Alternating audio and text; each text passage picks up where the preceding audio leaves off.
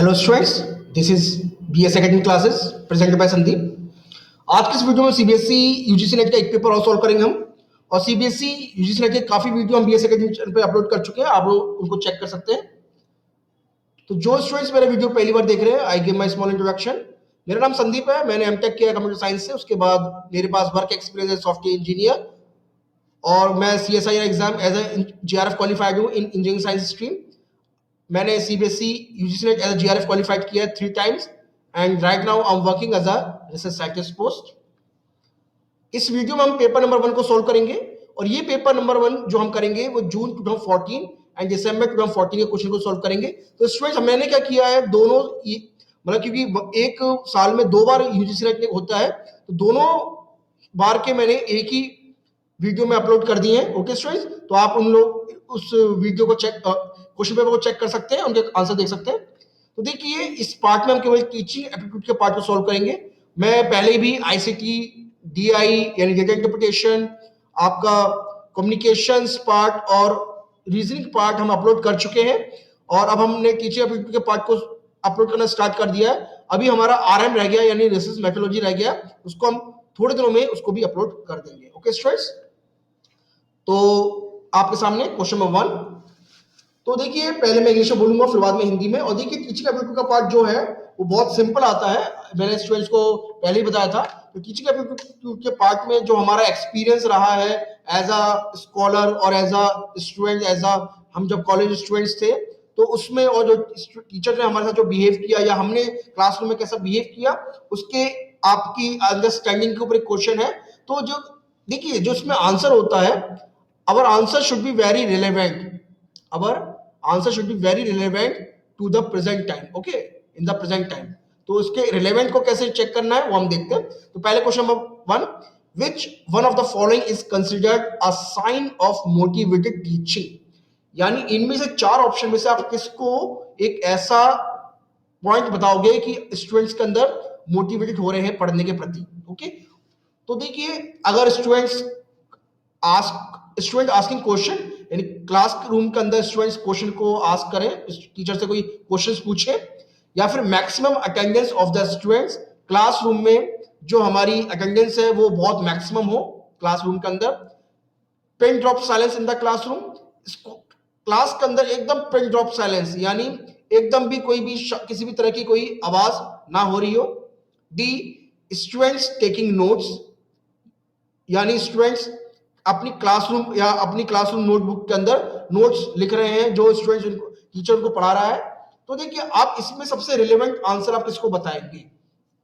देखिए, maximum attendance of the students, तो classroom का अटेंडेंस किसी भी तरह से मैक्सिमम हो सकती है। मे बी एग्जाम में एग्जाम हो रहा है, तो जाहिर सी बात है कोई एग्जाम होगा या टेस्ट होगा, तो उस इवेंट के अंदर तो क्लासरूम में जो मैक्सिमम अटेंडेंस होगी वो मैक्सिमम ही होगी। या फिर क्लासरूम में एकदम पिन ड्रॉप साइलेंस। अब देखिए, पिन ड्रॉप साइलेंस होने के भी काफी कारण हो सकते हैं। मे बी टीचर जो है वो बहुत एग्रेसिव है, तो और उसकी वजह से क्लासरूम में जो क्लासरूम में किसी भी तरह की कोई आवाज या शोरगुल नहीं हो रहा है। तो जो बी और सी जो आंसर है वो तो इसका आंसर नहीं हो सकते। अब बारी आई ए और डी की। तो जो ए और डी में जो मैक्सिमम रिलेवेंट पॉइंट है, हो सकता है स्टूडेंट टेकिंग नोट्स, वो हो सकता है कि स्टूडेंट्स क्लासरूम में नोट्स जो नोट कर रहा है वो किसी और वजह से कर रहा हो। ठीक है, अब जो इसका आंसर है ए, स्टूडेंट आस्किंग क्वेश्चन। देखिए, स्टूडेंट क्वेश्चन को आस्क तभी करता है जब उसके अंदर किसी भी तरह की कोई जिज्ञासा होती है। ठीक है, उसको लगता है कि मेरे को ये क्वेश्चन नहीं आता है, या फिर कोई डाउट उसको आया, तो उसने एक क्वेश्चन, रिलेवेंट क्वेश्चन उसके अकॉर्डिंग टीचर से पूछ लिया। तो ये तभी होता है जब whenever he has a sign of motivation, or he or she has a sign of motivation. तो A is the correct answer. Okay student, तो ए जो है वो बहुत रिलेवेंट इसका ऑप्शन है, आंसर है इसका इस क्वेश्चन का। Question number 2, which one of the following is the best method of teaching. इनमें से कौन सा ऑप्शन जो है टीचिंग का वो बहुत बेस्ट मेथड है। लेक्चर, यानी क्लासरूम के अंदर आप लेक्चर देना। डिस्कशन, किसी भी तरह का डिस्कशन करना एक तरह से। डेमोन्स्ट्रेशन, क्लासरूम में एक तरह की वर्कशॉप टाइप का ऑर्गेनाइज करना। ओके, उसमें भी हम डेमोन्स्ट्रेशन देते हैं। डेमोन्स्ट्रेशन क्या होता है, एक कोई एक्टिविटी है, एक्टिविटी को आप करके बता रहे हैं, एक एक्टिविटी को आप शो करके बता रहे हैं। जैसे मान के चलिए एक एक्टिविटी है उसको आप शो करके बता रहे हैं, उसका डेमोन्स्ट्रेशन दे रहे हैं। जैसे आप लैब में बैठे हैं, लेबोरेटरी के अंदर एक केमिकल दूसरे केमिकल से मिलकर क्या बनता है, उस तरह का डेमोन्स्ट्रेशन हो रहा है। तो डेमोन्स्ट्रेशन इसको कहते हैं, इसी एक एक्टिविटी को करते हुए। ओके, नरेशन को कहा है कि टीचर्स की कोई चीज बोल रहा है और स्टूडेंट्स को नोट करने, नरेशन टाइप का। तो जो इसमें बेस्ट मेथड है वो एक तरह से डेमोन्स्ट्रेशन ही मेथड है, यानी C is the correct answer, क्योंकि इसमें लर्निंग बाय डूइंग, ये मेथड लर्निंग बाय डूइंग ये अडॉप्ट होता है डेमोन्स्ट्रेशन के अंदर, क्योंकि स्टूडेंट सबसे ज्यादा लर्न तब करता है जब वो किसी चीज को करता है। ओके, तो ये इसका बेस्ट आंसर है डेमोन्स्ट्रेशन। अगर फिर भी कोई स्टूडेंट को कोई लगता है तो आप मुझे आंसर भेज सकते हैं। तो demonstration is the correct answer. Next question number 3, dyslexia is associated with, यानी जो बीमारी होती है, बीमारी नहीं बोलेंगे, एक डिसऑर्डर होता है, एक तरह का ये डिसऑर्डर होता है डिसलेक्सिया। आपने सुना होगा, बहुत रिलेवेंट टॉपिक। किस से रिलेटेड है ये, रिलेटेड किससे है, यानी एसोसिएट किससे है? मेंटल डिसऑर्डर, यानी एक दिमागी डिसऑर्डर है। बिहेवियर डिसऑर्डर, एक तरह का बिहेवियर डिसऑर्डर। रीडिंग डिसऑर्डर, पढ़ाई नहीं कर पाते, रीड नहीं कर पाते, किसी चीज को पढ़ नहीं पाते। राइटिंग डिसऑर्डर, या फिर आप लिख नहीं पाते हैं। तो देखिए, डिसलेक्सिया एक अलग तरह का डिसऑर्डर है जिसके अंदर स्टूडेंट्स रीड नहीं कर पाते। इट्स रीडिंग डिसऑर्डर, जिसमें आपने कभी देखा होगा, आप एक मूवी आई थी आमिर खान की, तारे जमी पर, तो उसमें जो चाइल्ड एक्टर होता है उसको डिसलेक्सिया होता है, और डिसलेक्सिया की वजह से उसके सामने जो आपने देखा होगा, जो अल्फाबेट से या नंबर थे, अल्फाबेट या फिर नंबर जो थे, उसके सामने हमेशा उछल कूद करते रहते थे। अल्फाबेट जो थे तो हमेशा जंप करते रहते थे उसके सामने। तो स्टूडेंट्स को पता नहीं पड़ता कि उसके सामने जो वर्ड लिखा है वो वर्ड को करेक्ट पढ़ नहीं पाता। उसको हो सकता है वो डी लग रहा है तो डी को उसको लगता है कि ये उल्टा डी इस तरह से बना है। आपने देखा होगा इस तरह की एक्टिविटी होती है, जैसे वी को ई को ऐसे ना बनाकर ऐसे बनाता है। ओके, तो ये एक तरह का डिसऑर्डर है और it is a reading disorder. Okay students, तो C is the correct answer. Next question number 4, the e-content generation for undergraduate courses has been assigned by the Ministry of Human Resource Development to, यानी ministry MHRD ने ई content generate करा है under graduate courses का। उसका जो उन्होंने जो दारोमदार दिया है वो किस इनमें से 4 ऑप्शन में से दिया है? तो आप देखें, INFLIBNET, यानी इनफिलनेट। ओके, बड़ा खतरनाक वर्ड है प्रोनाउंस करने का, तो आप जरा देख लीजिएगा। मैं इसका फुल फॉर्म भी इसकी पता नहीं है। या फिर consortium for educational communication, C option national knowledge commission, या फिर D Indira Gandhi open university यानी इग्नू। ओके, तो स्टूडेंट्स इसमें से किसका है? तो देखिए, एक चैनल चलता है व्यास चैनल, आपने सुना होगा व्यास चैनल चलता है। ये चैनल इंडियन गवर्नमेंट द्वारा बनाया गया है, जिसका शुभारंभ मेरे ख्याल से 2000 के आसपास हुआ था, एकदम स्टार्टिंग में हुआ था, 2000 या 2004 के बीच में हुआ था। तो व्यास चैनल चलता है। ये व्यास चैनल जो होता है, ये एक तरह से जो चलाते हैं कॉन्स्टिट्यूशन फॉर एजुकेशन कम्युनिकेशन वाले लोग चलाते हैं। आपने इसमें देखा होगा, नीचे आती होगी एक हेडिंग आती है, तो उसके अंदर वो क्या करते हैं, अंडर ग्रेजुएट के लिए ई कंटेंट प्रोवाइड करते हैं, ई कंटेंट बनाते हैं। ओके, ये जो पहला ऑप्शन है, ये लाइब्रेरी से मतलब है इसका, लाइब्रेरी। ओके, तो जो इसमें आंसर बहुत सी जगह ए भी लिखा है, ए इसका करेक्ट आंसर नहीं है। इसका जो करेक्ट आंसर है वो बी है, कॉन्सोर्टियम फॉर एजुकेशनल कम्युनिकेशन। एक फैक्ट बेस्ड क्वेश्चन है, आप इसको ध्यान रखिएगा। जो भारत सरकार ने, ministry of human development resources ने जो ई कंटेंट प्रोवाइड करने बनाने का जो दारोमदार दिया है, वो कॉन्सोर्टियम फॉर एजुकेशनल कम्युनिकेशन को दे रखा है, यानी B is the correct answer. Next question number 5, classroom communication is normally considered as, यानी क्लासरूम में जो हम आपस में एक दूसरे से बात करते हैं, इसको हम किस रूप में देखेंगे?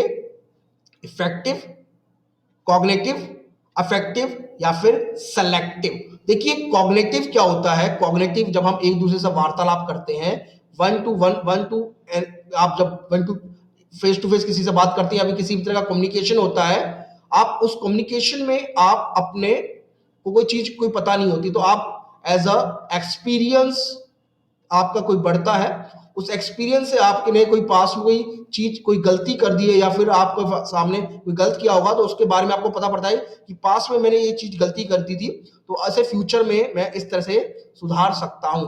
ओके, तो इस तरह का जो वे होता है उसे हम कहते हैं, तो it is a example of cognitive. Cognitive means होता है एक तरह से आपने के सामने कोई एक एक्टिविटी हुई, आपने उससे चीजें सीखा और वो एज अ एक्सपीरियंस आपके लाइफ लॉन्ग आपके पास रखी रहेगी। तो B is the correct answer. Okay student, ठीक है। तो कॉग्निटिव स्किल होती है एक तरह से, आपने देखा होगा। तो classroom communication is normally considered as a cognitive. देखिए स्टूडेंट, बहुत सी जगह इसका आंसर अफेक्टिव भी दे रखा है, तो स्टूडेंट इसका आंसर अफेक्टिव नहीं है, it's answer is cognitive. Classroom communication is normally considered as a cognitive, क्योंकि टीचर स्टूडेंट्स इंटरेक्शन को हम हमेशा एज अ कॉग्निटिव शो करते हैं। Okay, it is a cognitive, cognitive. Okay, yeah next question, question number 6, which of the following is not a prescribed level of teaching? इनमें से कौन सा जो ऑप्शन है वो प्रिस्क्राइब लेवल यानी एक टीचिंग का बताया हुआ मेथड नहीं है? Memory method, understanding method, reflective या फिर डिफरेंशिएशन? तो देखिए जो स्टूडेंट्स ये फैक्ट बेस है, हाँ टीचिंग के अंदर कभी कभार मेमोरी बेस भी होते हैं, अंडरस्टैंडिंग लेवल भी होता है और रिफ्लेक्टिव बेस, ये तीनों के तीनों जो है एकदम करेक्ट मेथड है टीचिंग के, प्रिस्क्राइब लेवल है, टीचिंग के प्रिस्क्राइब लेवल है। ओके, बट जो इसका जो डी ऑप्शन है डिफरेंशिएशन, डिफरेंशिएशन होता है कि एक तरह से किसी स्टूडेंट्स में किसी भी तरह का भेदभाव करना, it is not a level of teaching. Okay, D is not a correct answer, D is not a मतलब best method, is not a prescribe level of teaching, यानी D is the correct answer. Okay, तो D जो है हमारा correct answer है। Next question, question number 7, maximum participation of student during teaching is possible through? अब इसके अंदर maximum participation हमारे स्टूडेंट का टीचिंग के अंदर किस में शो हो सकता है? लेक्चर मेथड में, डेमोन्स्ट्रेशन मेथड में, यानी आप स्टूडेंट को किस वे में सबसे ज्यादा पार्टिसिपेट करवा सकते हैं स्टूडेंट से? डेमोन्स्ट्रेशन मेथड में, लेक्चर मेथड में, या फिर इंडक्टिव मेथड में, या फिर टेक्स्ट बुक मेथड में। ओके स्टूडेंट, तो देखिए जो लेक्चर मेथड होता है सिंपल, अपना जो डेमोन्स्ट्रेशन मेथड वही है, सेम वही डी है। इंडक्टिव मेथड में क्या होता है, टीचर क्या करता है, टीचर किसी प्रॉब्लम को एक्सप्लेन करता है, उस प्रॉब्लम से रिलेटेड वो मैनी एग्जांपल्स को शो करता है, बहुत सारे एग्जांपल को शो करता है, उस एग्जांपल से फिर वो कॉन्सेप्ट स्टूडेंट्स को दिमाग में ध्यान में आता है, तो it is a way of inductive method. Okay, it is a way of inductive method. तो टीचर ने प्रॉब्लम बताया, प्रॉब्लम से रिलेटेड बहुत सारे एग्जांपल्स बताए और इस एग्जांपल से आपने इस कॉन्सेप्ट्स को स्टूडेंट्स को बताया, तो इसमें सबसे ज्यादा मैक्सिमम पार्टिसिपेशन होता है इन इंडक्टिव मेथड, यानी C is the correct answer. Okay students, next question, question number 8, diagnostic evolution ascertains, यानी डायग्नोस्टिक इवोल्यूशन से हम क्या समझते हैं?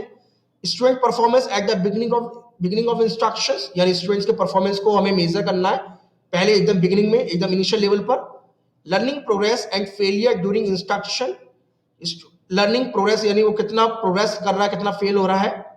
Degree of achievement of instruction at the end, यानी एकदम स्टूडेंट के परफॉर्मेंस को मेजर करें एट द एंड में, या फिर cause and remedies of persistent learning problem during the instruction. तो देखिए जो डायग्नोस्टिक एवोल्यूशन होता है, हमें एक प्रॉब्लम आई, उस प्रॉब्लम को हमने आइडेंटिफाई किया, उस प्रॉब्लम को सॉल्व करने के हमने उसी समय मेथड फाइंड आउट किए और उसी समय उसको हमने उसका सॉल्यूशन निकाल लिया। Okay, this is a method of diagnostic evolution, यानी आपने किसी प्रॉब्लम का कॉज फाइंड आउट किया, उस कॉज को फाइंड आउट करने के बाद आपने उसकी को दूर कैसे कर सकते हैं, यानी रेमेडी क्या हो सकती है उसकी, आपने वो निकाली। ओके, तो it is a example of diagnostic evolution, यानी जो डी आंसर करेक्ट है, यानी cause and remedies of persistent learning problem during the instruction. Question number 9, instructional aids are used by the teacher to, यानी जो instructional add use की जाती हैं, यानी डिफरेंट तरह के जो डिवाइसेस यूज किए जाते हैं टीचर्स के द्वारा, जैसे आप स्मार्ट क्लास यूज करते हैं, और आपने देखा होगा बहुत सी जगह पर टीवी तक यूज करते हैं, बहुत सी जगह पर रेडियो कैसेट से भी क्लास, रेडियो और सीडी से भी बहुत सी जगह किसी मेथड्स को बताया जाता है स्टूडेंट्स, उससे हमें क्या पता होता है? ग्लोरीफाई द क्लास, यानी क्लास को एकदम बहुत ग्लोरीफाई करना, अट्रैक्ट करना, या फिर अट्रैक्ट द स्टूडेंट्स, या स्टूडेंट्स को अपनी तरफ इतना आकर्षित करना कि स्टूडेंट्स के मुंह से निकले वाह क्या क्लास थी, या फिर क्लैरिफाई द कॉन्सेप्ट, इस कॉन्सेप्ट को क्लैरिफाई करना, या फिर क्लासरूम में एकदम डिसिप्लिन का माहौल बना देना, इंश्योर दैट डिसिप्लिन। तो देखिए स्टूडेंट, हमारा हम कोई भी एड यूज करें, उस एड को यूज करने का हमारा बेस्ट मेथड, उसको जो हमारा ऑब्जेक्टिव है, मेन ऑब्जेक्टिव ये है कि स्टूडेंट्स के अंदर कॉन्सेप्ट्स को बताना, ओके, कॉन्सेप्ट्स को क्लैरिफाई करना। तो जो हमारा सी है वो करेक्ट आंसर है, C is the correct answer, C is the okay. Next question, question number 10, attitude of the teacher that affects teaching pertains to, यानी टीचर का जो एटीट्यूड होना चाहिए क्लास के अंदर जिससे टीचिंग पर अफेक्ट हो रहा है, उसे हम किस डोमेन में शामिल करेंगे? इनमें से affective domain, cognitive domain, cognitive domain, या फिर साइकोमोटर डोमेन। तो देखिए जो ये क्वेश्चन फैक्ट बेस्ड है, वैसे तो स्टूडेंट्स को मैं इसको करने देना चाहता था, बट फिर भी मैं इसका आंसर देता हूँ, it is a affective domain, it come under the affective domain. जो एटीट्यूड है टीचर का जो होगा वो अफेक्टिव डोमेन में आएगा, क्योंकि अल्टीमेटली जो टीचर का जो एटीट्यूड होता है क्लास में, उससे पूरी की पूरी क्लास, जो कंप्लीट क्लास है, वो क्लासरूम पर अफेक्ट होता है। अगर टीचर का जो बिहेवियर अगर रूड होगा तो पूरी क्लास का फर्क पड़ेगा उस पर। तो देखिए आपको पता ही है जो क्लियर कॉन्सेप्ट आपको लाइफ में बहुत आसानी से टीचर ने समझा दिए, वो आज तक आपको याद है, पर बहुत से कॉन्सेप्ट में टीचर ने पहले बोल दिया कि ये नहीं, ये तो बहुत टफ है, ये आपको कभी समझ में नहीं आएगा। वो देखा होगा आज तक वो कॉन्सेप्ट को समझने में हमें कहीं ना कहीं दिक्कत होती है, या फिर हमने समझा तो बहुत मुश्किल से समझा। तो टीचर का जो एटीट्यूड होता है, it is comes under the affective domain. Next question, question number 11, education is the manifestation of perfection already in man was stated by, यानी जो स्टेटमेंट बोला गया किसके द्वारा बोला गया था? एम के गांधी यानी मोहनदास करमचंद गांधी, आर एन टैगोर, रविंद्रनाथ टैगोर, स्वामी विवेकानंद, या फिर श्री अरबिंदो। ओके, तो जो ये क्वेश्चन ऑफ फैक्ट बेस है, जो स्टेटमेंट बोला गया था, it is said by Swami Vivekananda. Okay students, तो स्टूडेंट्स इस वीडियो में हमने क्वेश्चंस किए और क्वेश्चन में हमने बताया कि कैसे कैसे हम इसको टीचिंग एप्टीट्यूड के क्वेश्चन को आराम से कर सकते हैं। अगर फिर भी कोई डाउट है, या फिर कभी कोई आपको कोई कॉन्सेप्ट क्लियर नहीं हो पा रहा है, या फिर कोई ऑन डिमांड वीडियो क्रिएट कराना है, तो you can mail me at my email ID sandeep@gmail.com। Okay students, तो स्टूडेंट्स मुझे बहुत से पीडीएफ के लिए बोल रहे हैं पेपर नंबर 1 के लिए। तो देखिए पेपर नंबर 1 का पीडीएफ मेरे पास ऐसा तो कोई पड़ा नहीं है, मैंने आप पिछले वीडियो में बताया था, पर फिर भी मेरे को अगर मैं अरेंज करवा पाया तो मैं स्टूडेंट्स को जरूर डेफिनेटली एग्जाम से पहले प्रोवाइड कर दूंगा। Okay students, so please subscribe our channel for more videos. Thank you.